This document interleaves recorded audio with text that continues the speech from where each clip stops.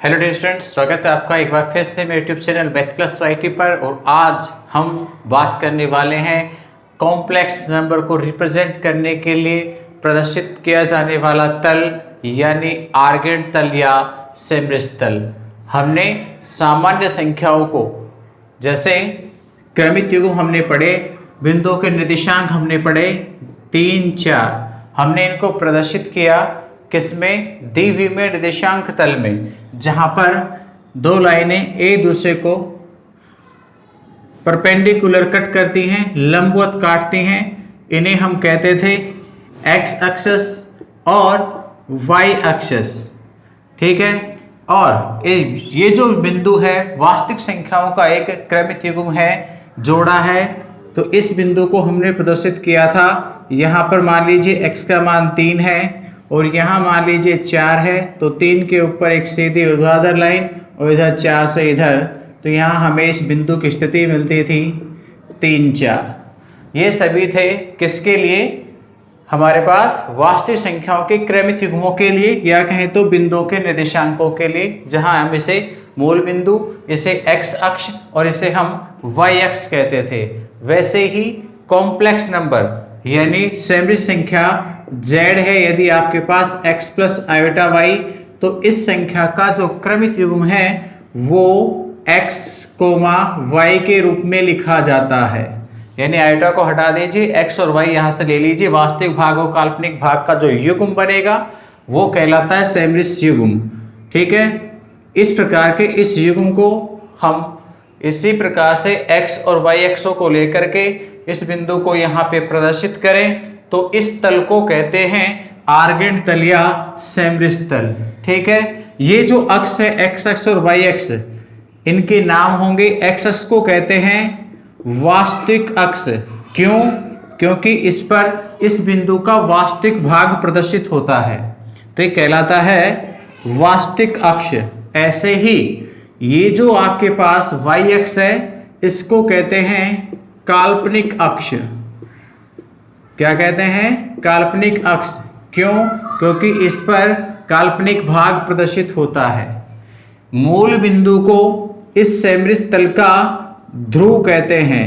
क्या कहते हैं? ध्रुव कहते हैं, पोलर कहते हैं।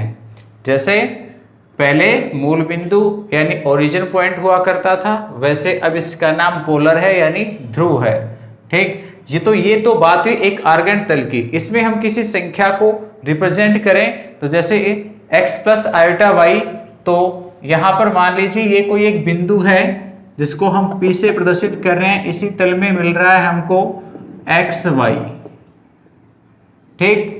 तब बिंदु P की इस ध्रुव से जो दूरी है OP, इस OP को इस संख्या का मापांक कहते हैं। इस OP दूरी को, OP जो डिस्टेंस है, दूरी है, वो क्या कहलाती है? इस कॉम्प्लेक्स नंबर का मापांक कहलाती है। और 2.4 दो बिंदु आपको पता हो तब दूरी ज्ञात करने का सूत्र आपने 10वीं में पढ़ा है, तो उसकी सहायता से आप दूरी निकालेंगे। इसके निर्देशांक तो 0, 0 है और इसके x, y है, तो दूरी कितनी मिलेगी? √x² plus y²। और इसी को हम क्या कह रहे थे पीछे? मापांक। तो मैंने तब ये भी कहा था कि मापांक धनात्मक होता है। हम इसका कारण आगे बताएंगे। तो कारण यही है कि मूल बिंदु से इस बिंदु की ये दूरी है और दूरी कभी ऋणात्मक नहीं होती, इसलिए ये हमेशा धनात्मक होगी। तो ये z का मापांक कहलाता है। इसको r से भी प्रदर्शित करते हैं। किससे लिखते हैं? r से। तो ध्यान रखना है, ये आपके पास मापांक हुआ। और यदि ये बिंदु P x अक्ष की धन दिशा के साथ में थीटा कोण बनाए, कितना कोण बनाए? थीटा कोण बनाए।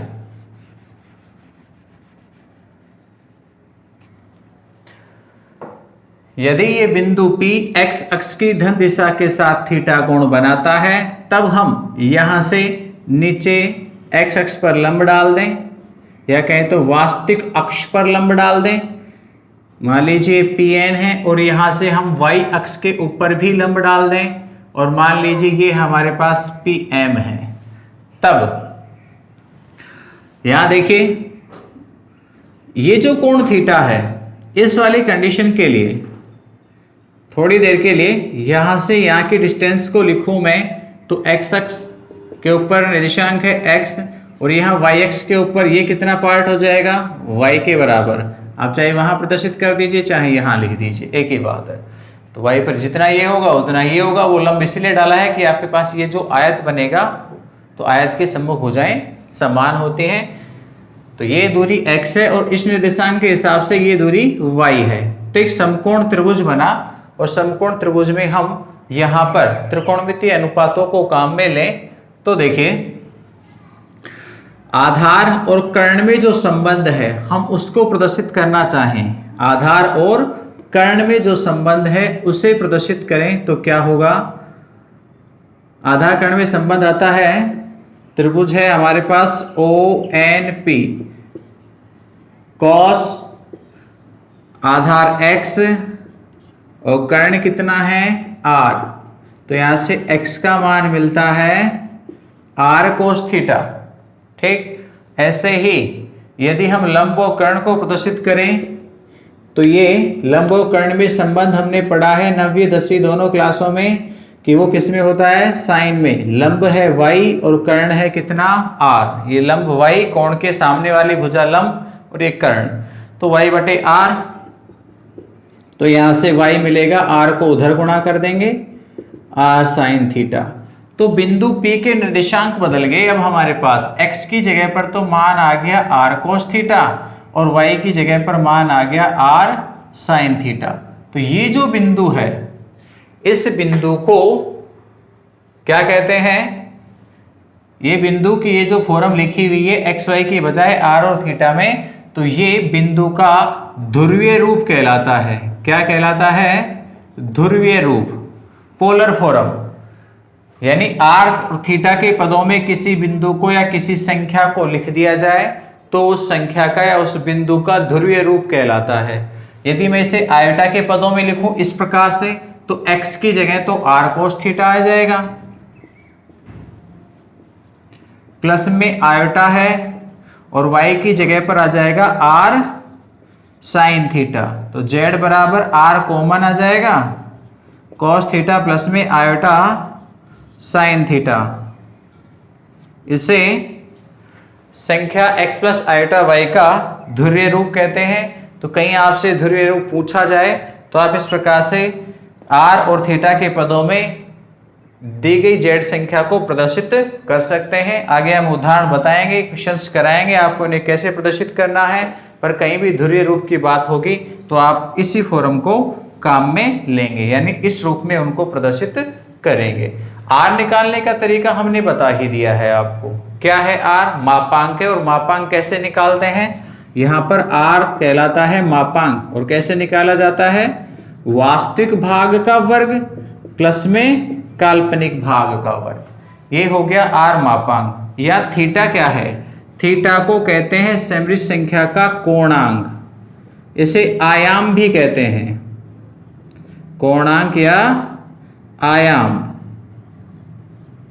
तो कोणांक z या आयाम z कहलाता है ये थीटा।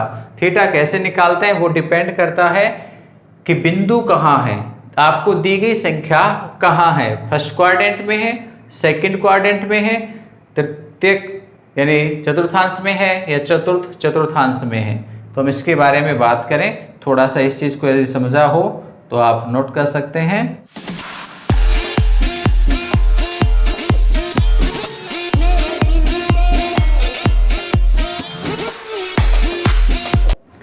तो देखिए हमने क्या सीखा, हमने सीखा कि एक ऐसा तल जिसमें एक दी गई संख्या x प्लस आयोटा y का युग्म x y है उसे प्रदर्शित किया जा सकता हो तो उस तल को क्या कहते हैं, समृद्ध तल या आर्गेंट तल कहते हैं। और इसके अक्ष जो x अक्ष और y अक्ष हैं उनको वास्तविक अक्ष और काल्पनिक अक्ष कहते हैं। और जो मूल बिंदु है उसे समृद्ध तल में ध्रुव कहा जाता है। ठीक है, इस ध्रुव से उस बिंदु xy तक की जो दूरी है वो मापांक r या मोड z कहलाती है, जिसका मान √x² + y² होगा। हम दो बिंदुओं के बीच की दूरी वाले सूत्र से इसे ज्ञात कर सकते हैं।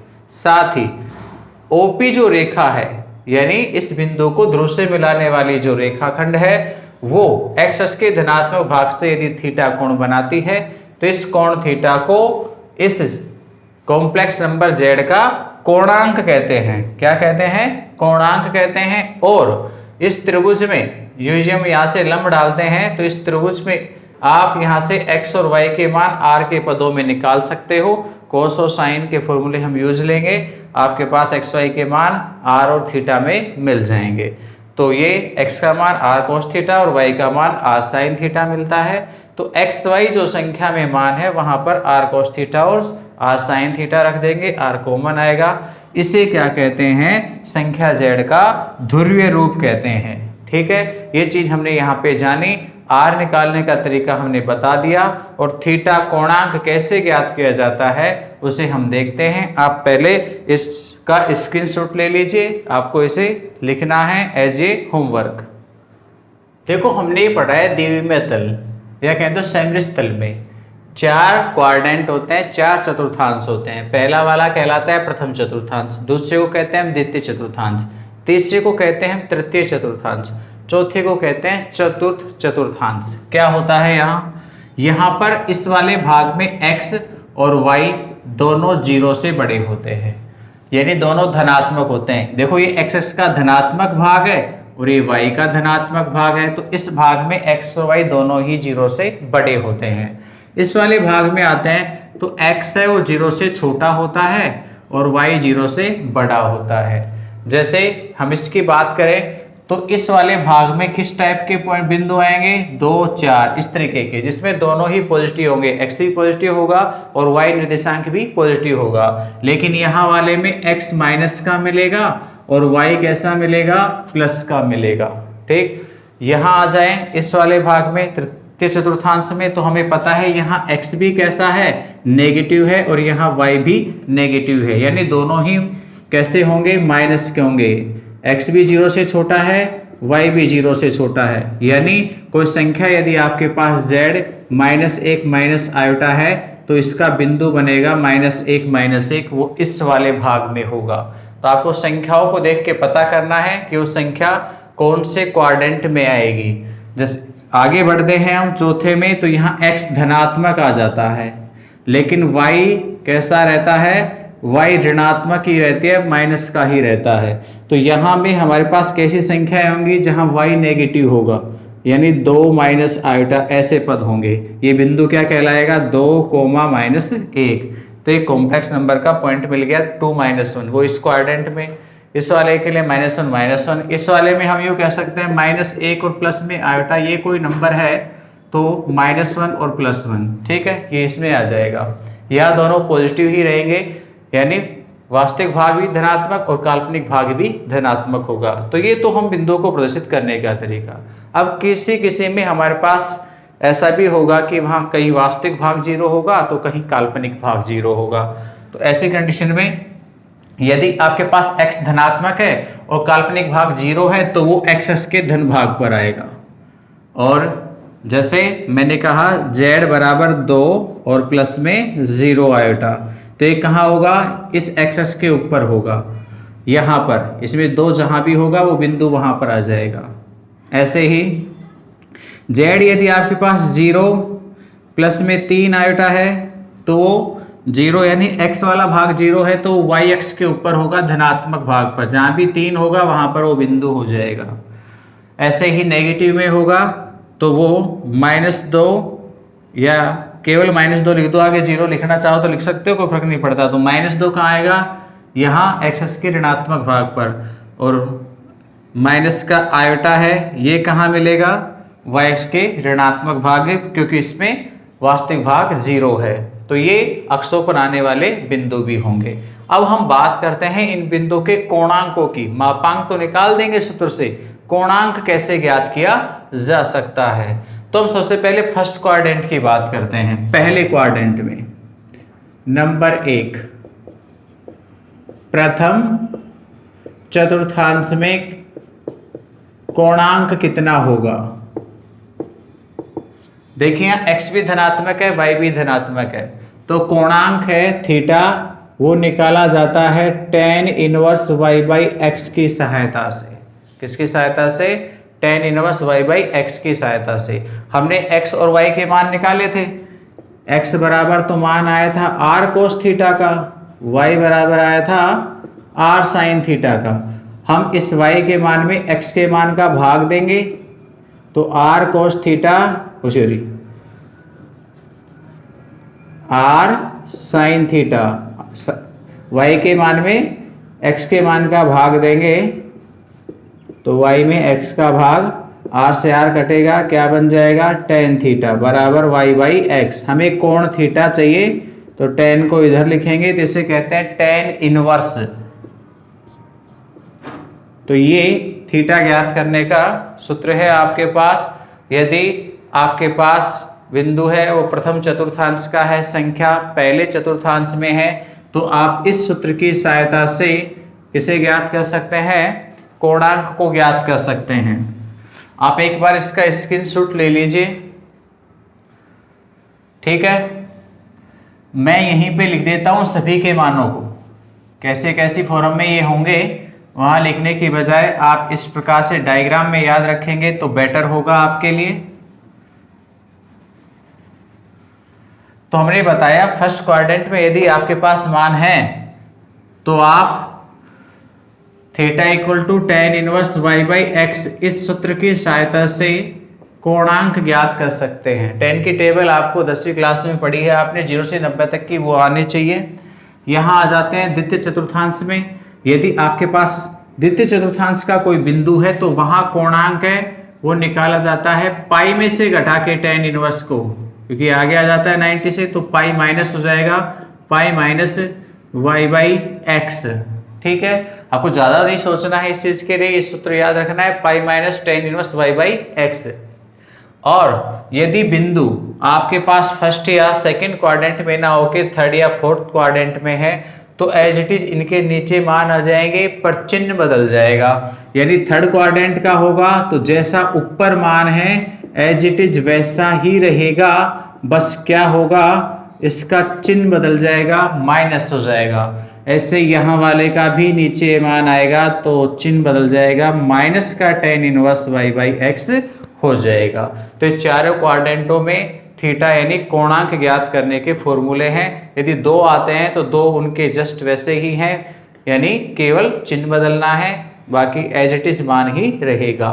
ठीक, तो आप इन्हें स्क्रीनशॉट ले लीजिए। देखिए ध्रुवीय रूप कैसे ज्ञात किए जाते हैं। एग्जाम्पल 7 है हमारे पास, z बराबर 1 प्लस आयोटा रूट 3 को ध्रुवीय रूप में लिखिए। तो हम इस संख्या को ध्रुवीय रूप में बदलेंगे। ध्यान से देखो यहाँ पे, यदि हम इसकी तुलना x बराबर z बराबर x प्लस आयोटा y से करें तो z का x का मान कितना है 1 और y का कितना है रूट 3। ठीक है, x की जगह 1 आ रहा है और आयोटा y की जगह कितना आ रहा है रूट 3। तो देखो दोनों कैसे हैं, धनात्मक है। तो ये बिंदु कहाँ जाएगा, जब x भी धनात्मक हो y भी धनात्मक हो तो ये फर्स्ट क्वाड्रेंट का मान होगा। तो फर्स्ट क्वाड्रेंट का है तो हम यहाँ से सबसे पहले तो r निकालेंगे। r क्या होता है, मापांक, जिसको हम मोड z भी कहते हैं। तो क्या बनेगा r होता है root x square plus y square. मान रख देंगे x की जगह 1 का स्क्वायर, y तो y की जगह रूट 3, स्क्वायर हो रहा है हम भी कर देंगे, 1 का स्क्वायर 1 और रूट 3 का 3, कितना आया 4 और 4 का वर्गमूल 2। अब प्लस माइनस 2 मत लिख देना, फिर कह रहा हूं मापांक है धनात्मक होता है। r मिल गया हमको। अब निकालेंगे कोणांक।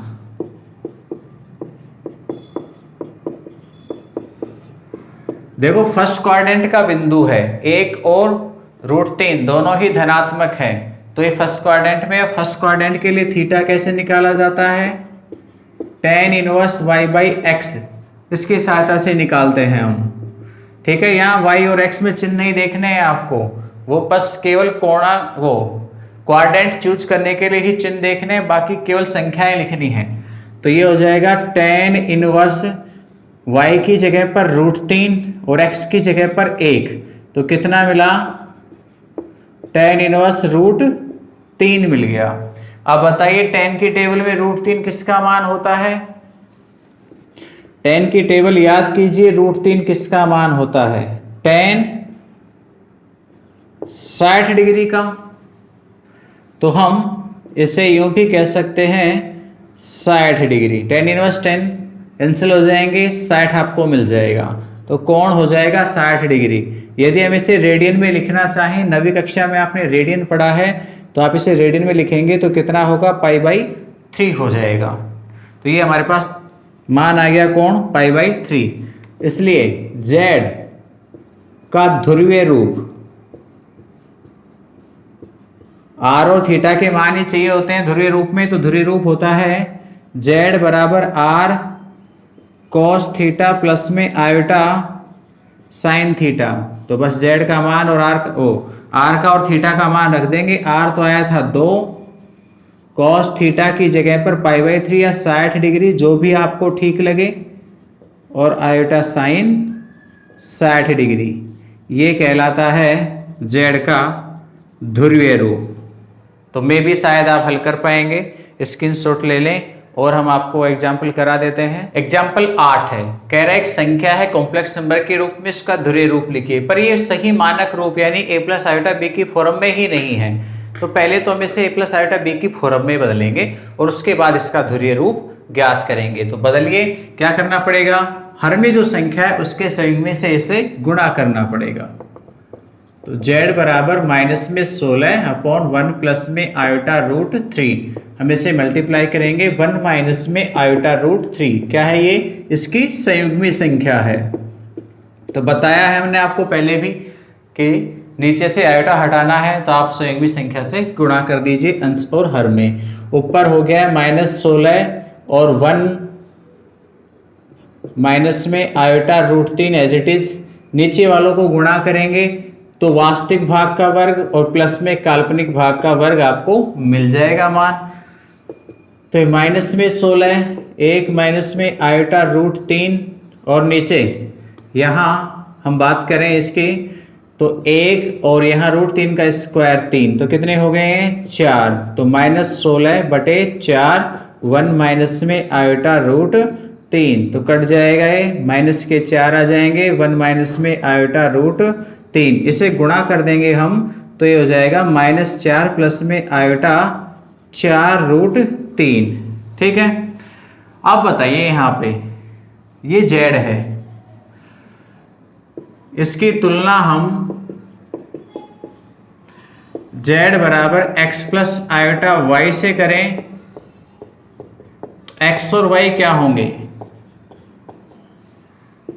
x यानी वास्तविक भाग -4, व y यानी काल्पनिक भाग 4√3। अब देखिए x तो माइनस का है और y प्लस का है। अब क्वाड्रेंटों पे चले जाइए, बताइए कौन सा है? x नेगेटिव और y पॉजिटिव, कौन सा क्वाड्रेंट बनता है? Second quadrant.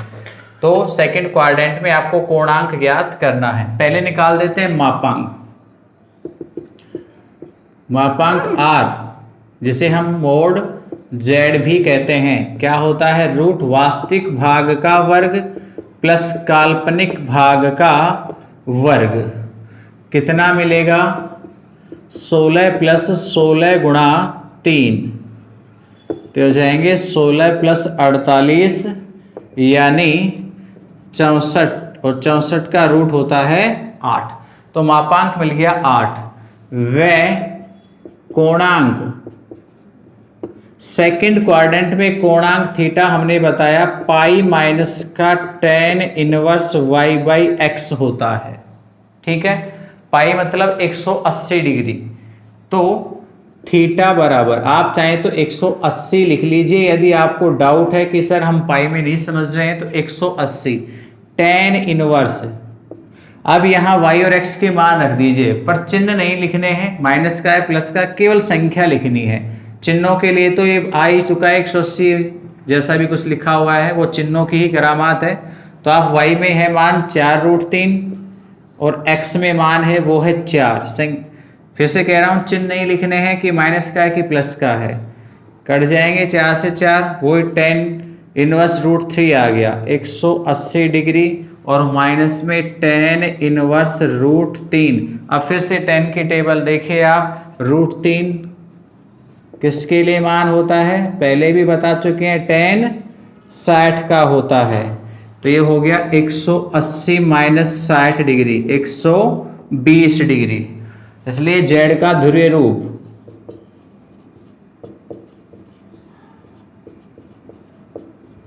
z बराबर r cos थीटा प्लस में आयटा साइन थीटा, बस r और थीटा के मान रख दो। z बराबर r की जगह 8 cos 120 डिग्री प्लस में आयटा साइन 120 डिग्री, और रेडियन में लिखना चाहो तो 120 डिग्री को रेडियन में कहते हैं 2π/3। आप इसे π/180 से गुणा कर लीजिए, 2π/3 में कन्वर्ट हो जाएगा। तो ये आपके पास आ गया है ध्रुवीय रूप, ले लीजिए स्क्रीनशॉट। तो डियर स्टूडेंट्स, आज के वीडियो में इतना ही। नेक्स्ट वीडियो में हम एक्सरसाइज 5.2 को लेकर आएंगे। तब तक के लिए इजाजत दीजिए। और हाँ, जाते जाते यदि आपने मेरा चैनल अभी तक सब्सक्राइब नहीं किया है तो उसे सब्सक्राइब करें। वीडियो अच्छा लगा हो तो कमेंट्स बॉक्स में लिखकर जरूर बताएं। ठीक है, धन्यवाद, थैंक यू।